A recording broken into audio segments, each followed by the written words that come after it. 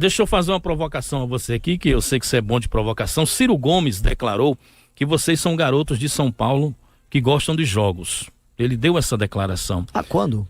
Deu essa declaração, tá na internet, inclusive. É uma forma faz tempo, eu não sei. Já faz um tempo, né? Tá. Entre alguns outros políticos tradicionais que não levavam o discurso de vocês muito a sério, né? Ao ponto de ter aí um discurso pejorativo na luta de vocês. E eu li essa semana na Carta Capital, que é um veículo ligado, inclusive, à esquerda brasileira, à pauta jornalística da Carta, e a matéria dizia o seguinte, que você seria, os setores da esquerda dizem que a sua candidatura repete a receita de bolo, a fórmula de Pablo Marçal. E abre aspas para a matéria e eu deixo você à vontade. A estratégia seria transformar provocações, confronto e viralização em capital político. O pacote vai de ataques pessoais a gestos performáticos, como o episódio em que Renan Santos e militantes do MBL jogaram sal grosso no terreno da casa onde nasceu do ex-presidente Lula, no sertão de Pernambuco. Trecho da matéria da Carta Capital. Vou começar com o Ciro, né? Veja só, o Ciro, ele quer chamar a gente de moleque, mas ele não fez a própria lição de casa, para falar em moleque que vai pra escola, né? A gente é um moleque estudioso, a gente fez a própria lição de casa. Por exemplo, nós montamos nosso próprio partido político e não temos que ficar pedindo pinico pra ninguém pra ser candidato. O Ciro tem. Não conseguia nem ser candidato pelo próprio PDT, que o partido dele teve que se entregar pro PT. Lá no estado, agora ele teve que ir pro PSDB e agora vai ter que pedir ajuda do Bolsonaro. Em geral, quem tem que ficar pedindo ajuda pros outros é criança. Mãe, abre a tampa do sorvete aqui, mãe, me leva a passear. Esse é o Ciro. Então, se isso é ser adulto, sem partido, sem caminho, tendo que pedir ajuda pros outros, e ser criança pra gente é ter o próprio partido, ter o próprio caminho, então eu prefiro ser criança pra sempre, né? Ser adulto como o Ciro me parece uma ideia ruim. E sobre o comentário da Carta Capital, veja só, a Carta Capital não é um veículo de imprensa. A Carta Capital é um site ligado ao PT. Ela é um site que faz defesa do PT. E esse é um ataque normal que eles fazem. A gente trabalha com política e espetáculo. Não, a gente às vezes usa o espetáculo como instrumento para divulgar nossas ideias e não há problema nenhum nisso. Dito isso, eu fico muito curioso, porque se eles acompanhassem as eleições em São Paulo, eles saberiam que nós fizemos muita oposição ao Pablo Marçal.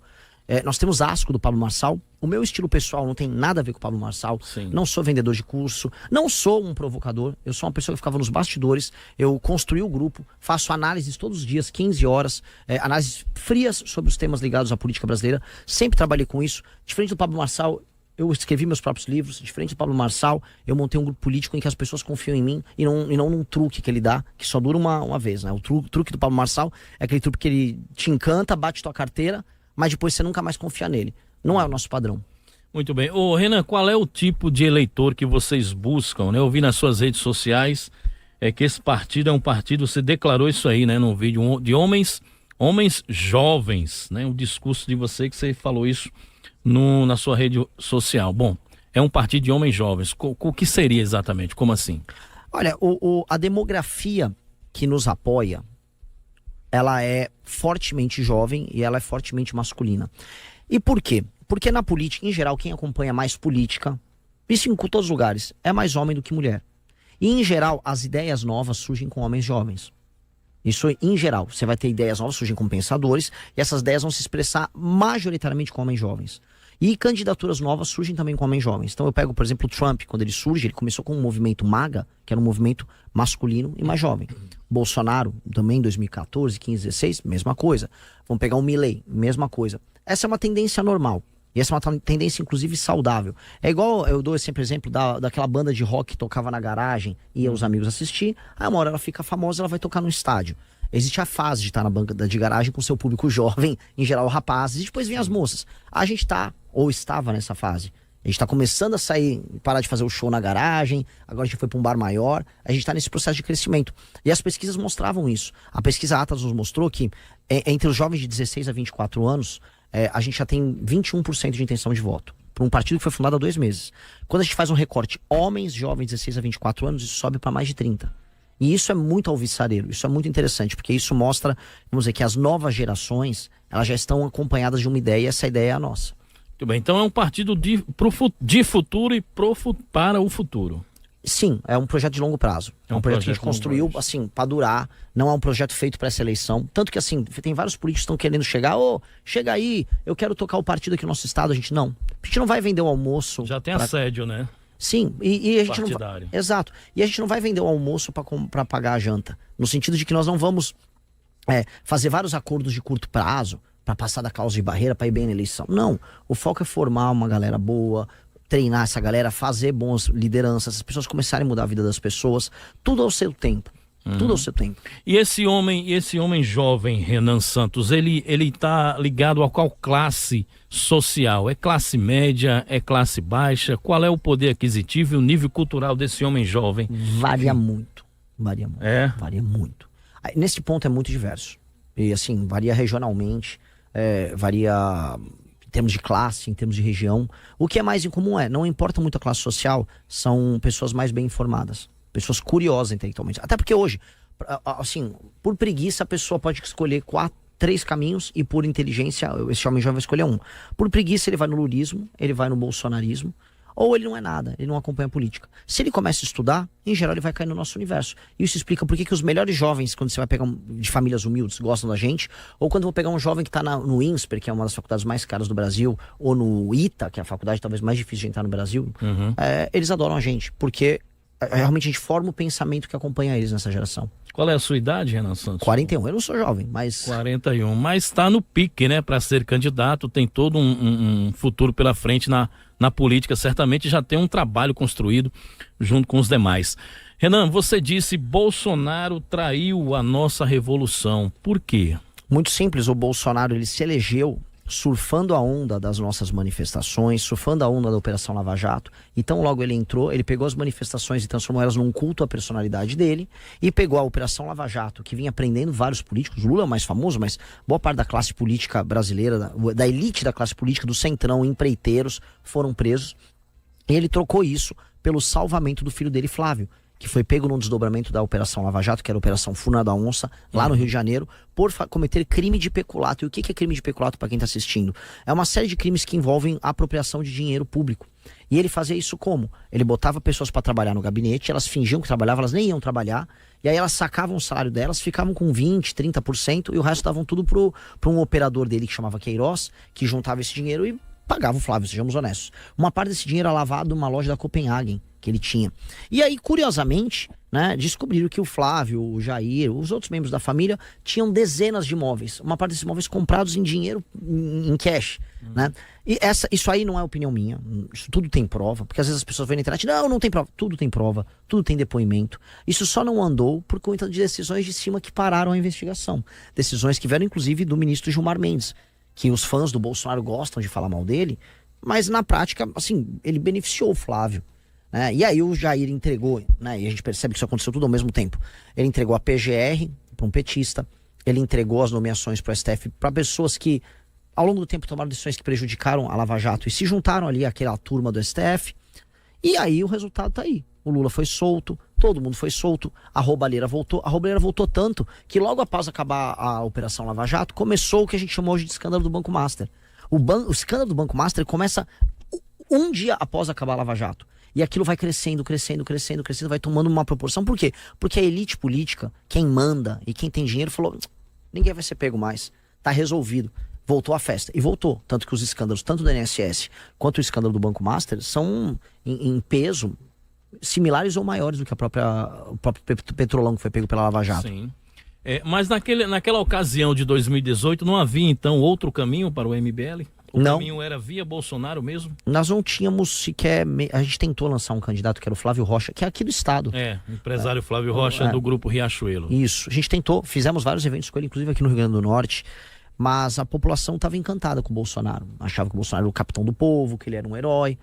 E não houve meios. Aí a gente apoiou ele no segundo turno. A gente votou no Bolsonaro no segundo turno. E então logo ele entrou, ele começou a cometer os erros dele. Muito bem. Bom, você aparece aí com 3 pontos em pesquisa da Atlas Intel, é isso? Atlas Intel, a gente estava vendo divulgado em janeiro agora, né? Semana passada, foi no final do ano agora? Não, foi semana passada. Foi semana passada. Isso. Eu passei os governadores ali já. Já passou os governadores. Bom, em nível de desconhecimento você tem ainda acima de 80%.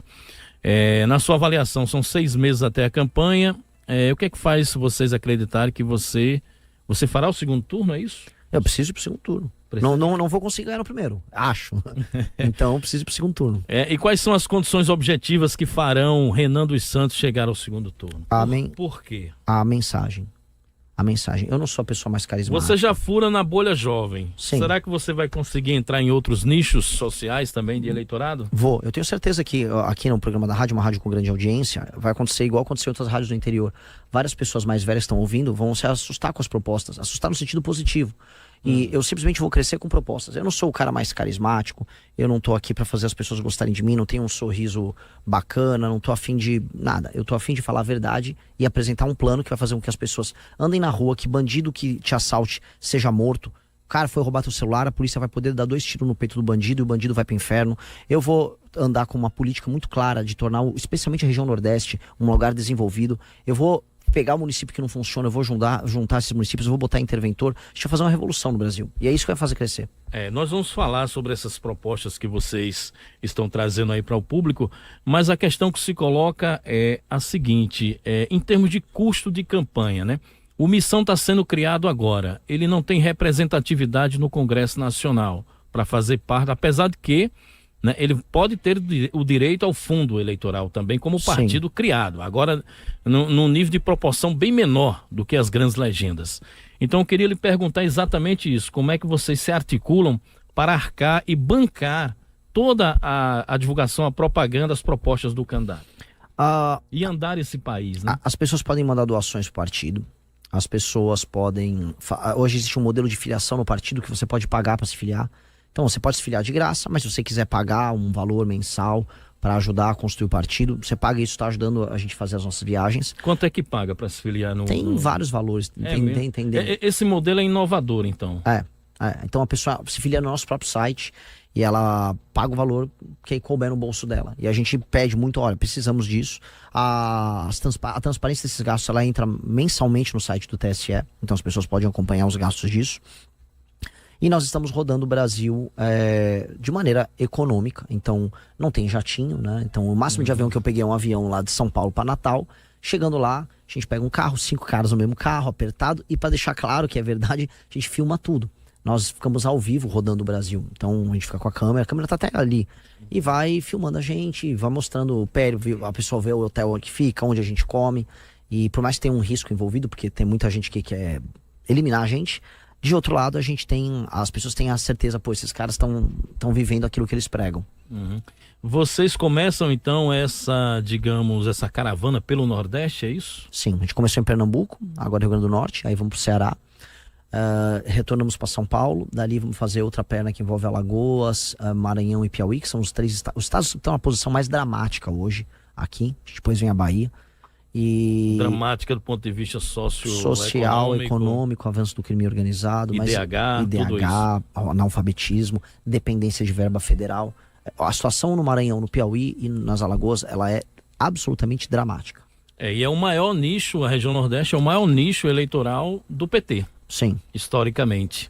Você disse que a verdadeira polarização do Brasil não se dá entre esquerda, lulistas e bolsonaristas, e se dá entre norte e sul do país. Exato. Vamos contextualizar isso para a nossa audiência? Lógico, para quem está me ouvindo aqui, que é de Mossoró, que é da região Nordeste, o Brasil está começando a viver uma espécie de uma guerra regional. Eu vejo o tempo todo vídeos de brigas que envolvem pessoas do norte falando mal de pessoas do sul, pessoas do norte. O pessoal de Santa Catarina tá cansado de ver migrante do Pará. Aí vai o governador do Pará e fala, não, aqui o Pará tá uma maravilha, mas tá todo mundo embora do Pará. Então quando você faz um corte, você percebe que isso tende no futuro a se agravar. E tende a nos levar, se nada for resolvido, a ser um país que vai se dividir em algum momento. Porque as pessoas estão se odiando e o pacto federativo não funciona. Você fala, mas como assim não funciona? Olha, o pacto federativo do Brasil é assim. A gente está extraindo das pessoas e das cidades que produzem mais, manda para o governo federal e eles mandam para as cidades que produzem menos. Isso poderia funcionar se os lugares que estão produzindo menos, um exemplo é o Maranhão, ele fizesse lição de casa, começasse a crescer, mandasse a arrecadação e você equilibra. Mas não é isso que está acontecendo. Pelo contrário, a população continua muito pobre, a vida não melhora, os prefeitos são extremamente corruptos, gasta-se com as maiores besteiras possíveis. A população não vê isso, porque a população vende o voto. E aí você fica com o seguinte clima, pô, falando com pessoas, por exemplo, de Santa Catarina, pô, eu pago minhas contas aqui, o dinheiro vai pra lá, vai pro governador do Maranhão, ele fica organizando, agora tá rolando uma competição entre o prefeito de São Luís e o governador do Maranhão pra ver quem vai fazer o maior carnaval do Brasil. Eles não tinham que fazer o maior carnaval do Brasil, eles tinham que fazer, o maior mutirão de alfabetização infantil do Brasil, dado que o Maranhão tem um analfabetismo bizarro. Mas não, o dinheiro é muito mal gasto, e só se gasta com festival, com brincadeira, os escândalos de corrupção acontecem em todas as cidades, a compra de voto é a base da política, e isso está começando a gerar raiva entre as regiões. Muita raiva. Aí o Lula vai e provoca de um lado, e essa raiva pode levar o Brasil a uma divisão.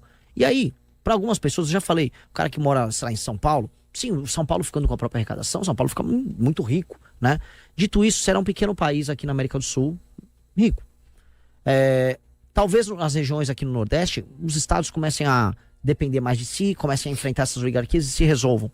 Mas no fundo nós seremos apenas nações pequenas perdidas nas Américas, com a mesma potência do Equador. A gente não tem esse destino. O Brasil é um país de dimensões imperiais. Sim, continental. Nós podemos participar do grande concerto de nações, que é o Brasil sentar com Índia, com Rússia, com os Estados Unidos, com China, com a União Europeia, para decidir o destino do mundo. Esse é o nosso destino. Os nossos pais, avós, bisavós lutaram para que o Brasil fosse um país grande.